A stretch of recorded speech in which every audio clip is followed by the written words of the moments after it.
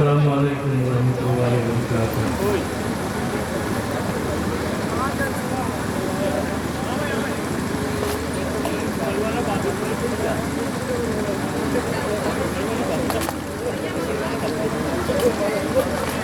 الحمدللہ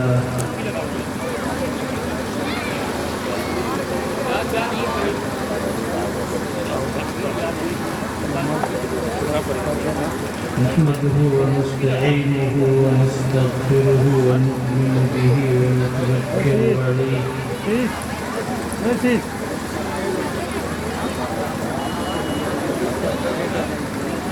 ونعوذ بالله من شرور أنفسنا ومن سيئات أعمالنا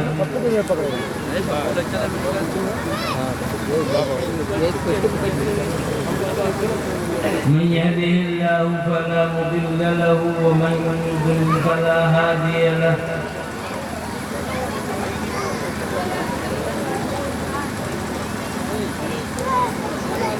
واشهد ان لا اله الا الله وحده لا شريك له واشهد ان محمدا عبده ورسوله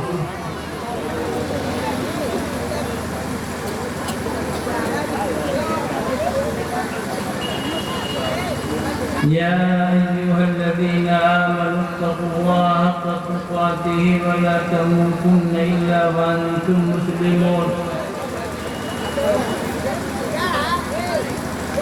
يا أيها الناس اتقوا ربكم الذي خلقكم من نفس واحدة وخلق منها زوجها وبث منهما رجالا كثيرا ونساء واتقوا الله الذي تساءلون به والأرحام إن الله كان عليكم رقيبا يا أيها الذين آمنوا اتقوا الله وقولوا قولا سديدا يصلح لكم أعمالكم ويغفر لكم ذنوبكم ومن يطع الله ورسوله فقد فاز فوزا عظيما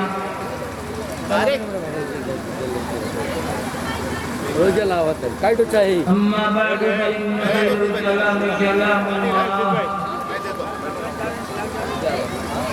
وخير الهدي هدي محمد صلى الله عليه وسلم وشر الأمور محدثاتها وكل محدثة بدعة وكل بدعة ضلالة وكل ضلالة في النار أعوذ بالله السميع العليم من الشيطان الرجيم بسم الله الرحمن الرحيم إن الدين عند الله الإسلام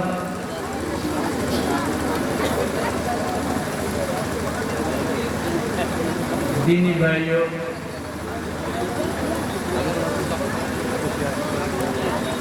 بزرگوں اور اسلامی خواتین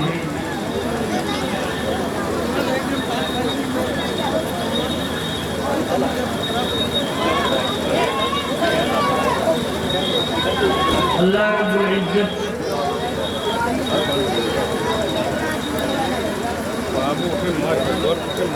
کا بے پایا شکر و احسان ہے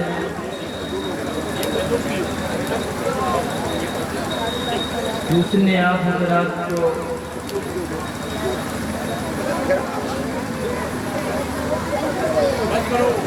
اس طرح کا دینی پروگرام منعقد کرنے کی توفیق فراہم فرمائی۔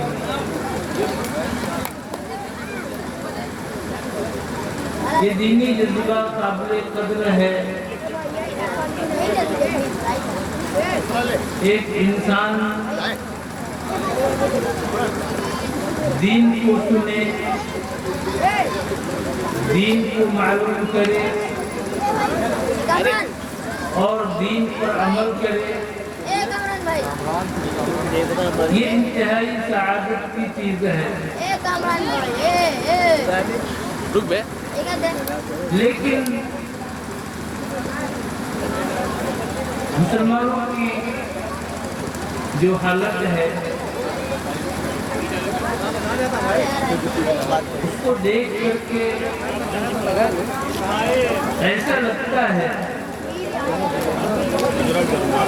کہ ہم نے اسلام کو ٹھیک سے سمجھا نہیں۔ ہم مسلمان تو ہو گئے لیکن مذہب اسلام کی جو روح ہے اور اسلام کا جو مطلب ہے ہم نے اس کو جانا نہیں۔ ہم اجلاس کر لیتے، پروگرام کر لیتے اور کچھ کام کر لیتے، یہ سب چیزیں تو ہو جاتی ہیں، پیسے خرچ کر لیتے، دوسرے اور چیزیں کر لیتے، لیکن اسلام ہم سے کیا چاہتا ہے، کس چیز کا مطالبہ کرتا ہے، وہ چیز ہمارے یہاں سے مختلف ہے۔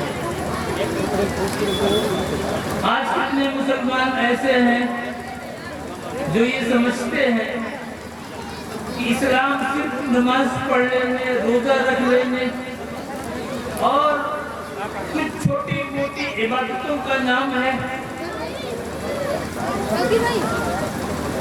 یہی وجہ ہے کہ ان کے یہاں عجیب و غریب چیزیں دکھیں گی۔ اس لیے اس طرح کے پروگرام ہم رچاتے ہیں۔ ہمیں یہ چاہیے کہ ہم اسلام کو سمجھیں، ایک مسلمان کو کیسا ہونا چاہیے، اس کی زندگی کیسی ہو، اس کے اعمال کیسے ہوں، اس کے معاملات کیسے ہوں، اس چیز کو ہم جب جانیں گے، جب اسلام کا ہم ٹھیک سے مطالعہ کریں گے۔ یہ اسلام میرے بھائیوں کوئی آدھا ادھورا دین نہیں ہے۔ اسلام یہ کوئی ایسا مذہب نہیں ہے کہ وہ مسلمانوں کو چند باتیں بتا دے اور باقی چیزوں کو چھوڑ دے، اس طرح کی بات نہیں ہے۔ اسلام کے اندر شمول ہے، اسلام کے اندر جامعیت ہے، اسلام کے جو محاسن بیان کیے گئے ہیں، محاسن اسلام، ان محاسن اسلام میں ایک حسن اس کا شمول ہے۔ شمول کا مطلب یہ ہے کہ اسلام میں ہر چیز کو جامعیت کے ساتھ بیان کیا ہے، دین کے تمام امور کو نہایت ہی جامعیت کے ساتھ اس کی جزئیات کو بیان کیا۔ اس کا احساس صرف مسلمانوں کو نہیں بلکہ اس وقت کے کافروں کو بھی تھا، مشرکین کو بھی تھا۔ چنانچہ احادیث میں آتا ہے کہ مکہ کے مشرکین مسلمانوں کا مذاق اڑاتے تھے۔ مکہ کے مشرکین نے سلمان فارسی رضی اللہ تعالیٰ عنہ کا مذاق اڑاتے ہوئے کہا، علمکم نبیکم عشرۃ القراءات، تمہارے نبی نے تو تمہارے ہر چیز بتائی، یہاں تک کہ خانہ پیشاب کا طریقہ بھی بتایا۔ سلمان فارسی نے کہا کہ بالکل ٹھیک کہہ رہے ہو، میرے نبی کی شان یہی ہے، میرے دین کی پہچان یہی ہے کہ میرا یہ دین ہر چیز کو بیان کرتا ہے۔ ایسا نہیں کہ اسلام نے صرف عقیدے کو بیان کر دیا، عبادات کو بیان کر دیا یا ذکر و اذکار کے امور کو بیان کر دیا، باقی اور چیزوں کو ایسے ہی خالی چھوڑ دیا۔ نہیں، اسلام تو اس لیے آیا کہ ایک مسلمان کی تربیت کی جائے، ایک مسلمان کیسا ہو۔ اسلام اس دنیا کے اندر اس لیے آیا میرے بھائی۔ میں آپ کو بتاؤں، آج آپ دیکھیے ہماری زندگی کیسی ہو رہی ہے، لیکن جن لوگوں نے اسلام کو سمجھا آپ ان کی زندگیوں کو دیکھیے۔ میں آپ کے سامنے ایک دو واقعات پیش کرتا ہوں۔ آپ دیکھیے ان کو اور ان کو سمجھنے کی کوشش کیجیے ان واقعات میں کیا میسج ہے، اس میسج کو لے کر کے جائیے اور ان کے واسطے سے آپ جانیے کہ ایک مسلمان کو کیسا ہونا چاہیے۔ آج آپ دیکھیں گے تو جگہ جگہ اختلافات نظر آئیں گے، بستی بستی، قریہ قریہ، ہر جگہ اختلاف کی لہر ملے گی آپ کو۔ کہیں سیاسی اختلاف ہے، کہیں دینی اختلاف ہے، کہیں کسی اور بنیاد پر اختلاف ہے۔ الغرض آپ دیکھیں گے ایک مسلمان دوسرے مسلمان کے لیے کیسا ہو، ایک مسلمان کا دوسرے مسلمان کے ساتھ کیسا سلوک اور برتاؤ ہو، اس چیز کو آپ دیکھیے۔ میں آپ کے سامنے نبی اکرم صلی اللہ علیہ وسلم کے دور کا نہیں، صحابہ کرام کے دور کا نہیں، تابعین اعظام کے دور کا نہیں، بلکہ بہت بات کا واقعہ پیش کرتا ہوں۔ امام ابن تیمیہ رحمہ اللہ کا ایک واقعہ پیش کرتا ہوں۔ آپ اس واقعے کو دیکھیے اور سمجھیے اس چیز کو کہ ایک مسلمان کیسا ہوتا ہے، ایک وہ شخص جو متبع کتاب و سنت ہو، جو اپنے آپ کو منہج سلف پر چلنے کے دعویدار ہو، اس انسان کو کیسا ہونا چاہیے، اس کے اندر ایک دوسرے کی پاسداری کیسے ہو، ایک دوسرے کے ساتھ نصرت کیسا ہو، خیر خواہی کیسی ہو، اس کا معاملہ کیسا ہو، اس چیز کو آپ دیکھیے۔ اپنوں کے ساتھ اس کا برتاؤ کیسا ہو، مخالفین کے ساتھ اس کا برتاؤ کیسا ہو، اس چیز کو آپ اس واقعے میں دیکھ کر کے جائیے، جھانک کر کے دیکھیے۔ امام ابن تیمیہ رحمہ اللہ بہت بڑی شخصیت آپ کی تھی اور دنیا جانتی ہے آپ کو۔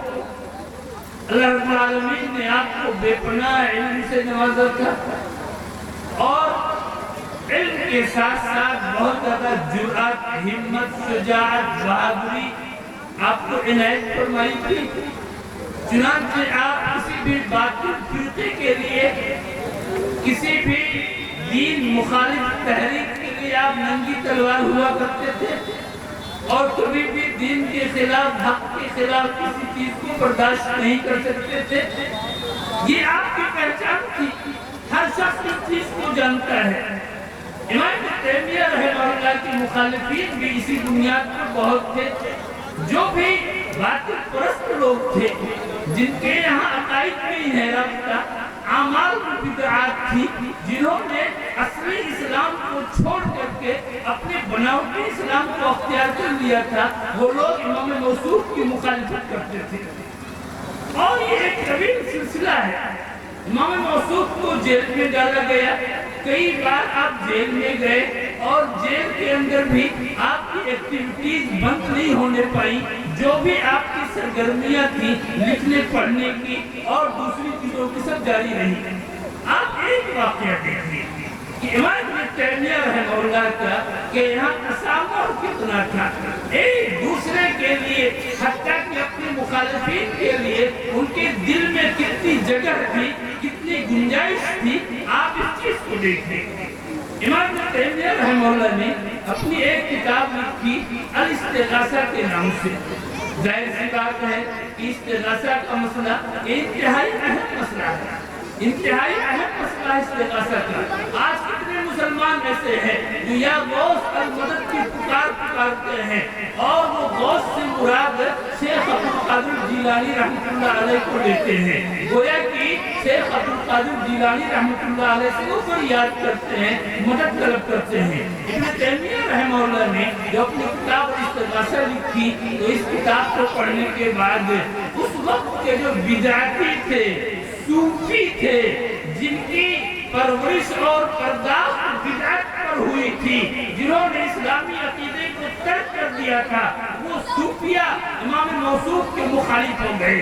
امام موصوف کے دور میں ایک بڑے صوفی عالم تھے، علی بن یعقوب البکری الصوفی، وہ شیخ الاسلام کے مخالف ہوئے اور مخالفت تو کوئی بہت زیادہ خراب چیز نہیں تھی، ضرورت اس بات کی تھی کہ وہ امام موصوف کا مقابلہ دلیلوں کے ذریعے کرتے اور آپ کی تحریر کا جواب دیتے، لیکن انہوں نے ایسا نہیں کیا۔ انہوں نے امام موصوف پر الزامات لگائے، اتہامات لگائے، آپ کی تکفیر کی، اور اس کے علاوہ امام موصوف کی شکایت کر دی حاکم وقت کے یہاں، اور ساتھ ہی ساتھ لوگوں کو ان کے خلاف بھڑکایا اور ابھارا۔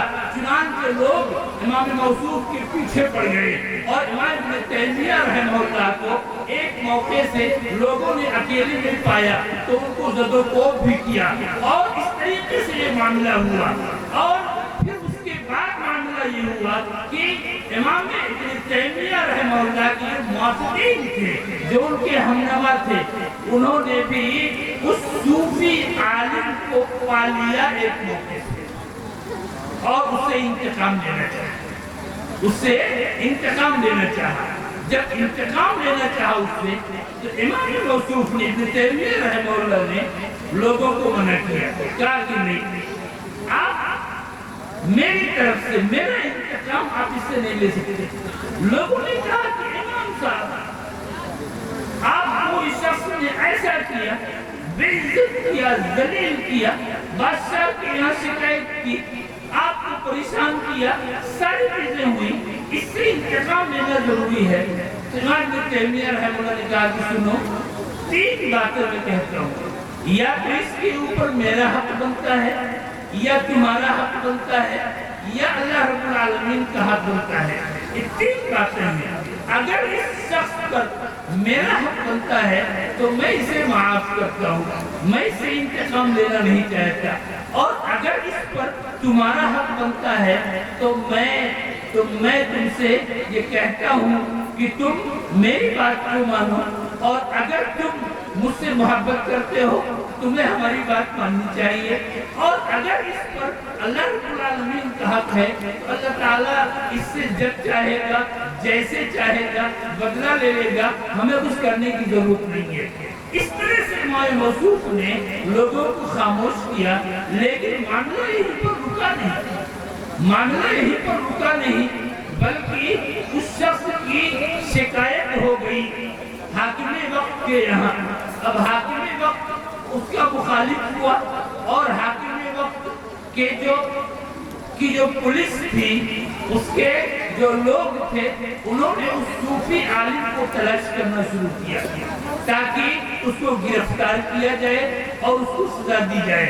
جب اس کو تلاش کرنا شروع کیا تو وہ انسان بھاگتا رہا، بھاگتے بھاگتے اب وہ کہاں گیا، کہاں چھپتا ہے، اس جملے کو، اس آخری کڑی کو آپ دیکھیے کہ وہ سب چھپتا کہاں ہے، چھپتا کہاں ہے۔ وہ امام ابن تیمیہ رحمہ اللہ کے گھر میں آ کر کے وہ چھپتا ہے۔ جب آپ مصر میں موجود تھے، ابن تیمیہ کے گھر میں وہ صوفی عالم چھپتا ہے۔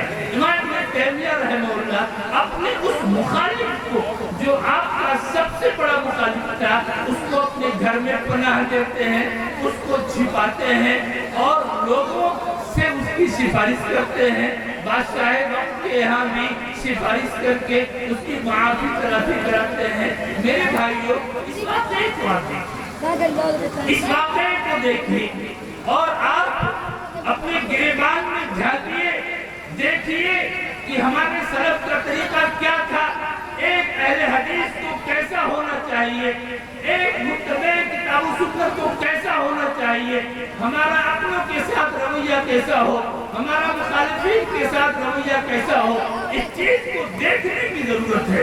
آج ہماری حالت یہ ہے کہ اگر ہماری طرف کوئی آنکھ اٹھا کر کے دیکھ دے تو اس کی آنکھ نکالنے کے لیے ہم تیار رہتے ہیں، کوئی ہماری طرف ہاتھ اٹھا کر کے اشارہ کر دے تو اس کے ہاتھ کو کاٹنے کے لیے ہم تیار رہتے ہیں، اگر کسی نے ہم کو تھوڑا سا نقصان پہنچا دیا تو اس کے ہم سارے املاک کو ہڑپ کرنے کے لیے تیار رہتے ہیں۔ میرے بھائیوں، اس طرح کی صورتحال جو مسلمانوں کے یہاں موجود ہے، یہ چیز کہاں سے آئی ہے؟ یقین جان لیجئے اس کا اسلام سے کوئی تعلق نہیں۔ اور دیکھیں، ایک اور بڑے عالم ہندوستان میں جماعت اہل حدیث کے سرخیل مانے جاتے ہیں، اور دنیا ان کو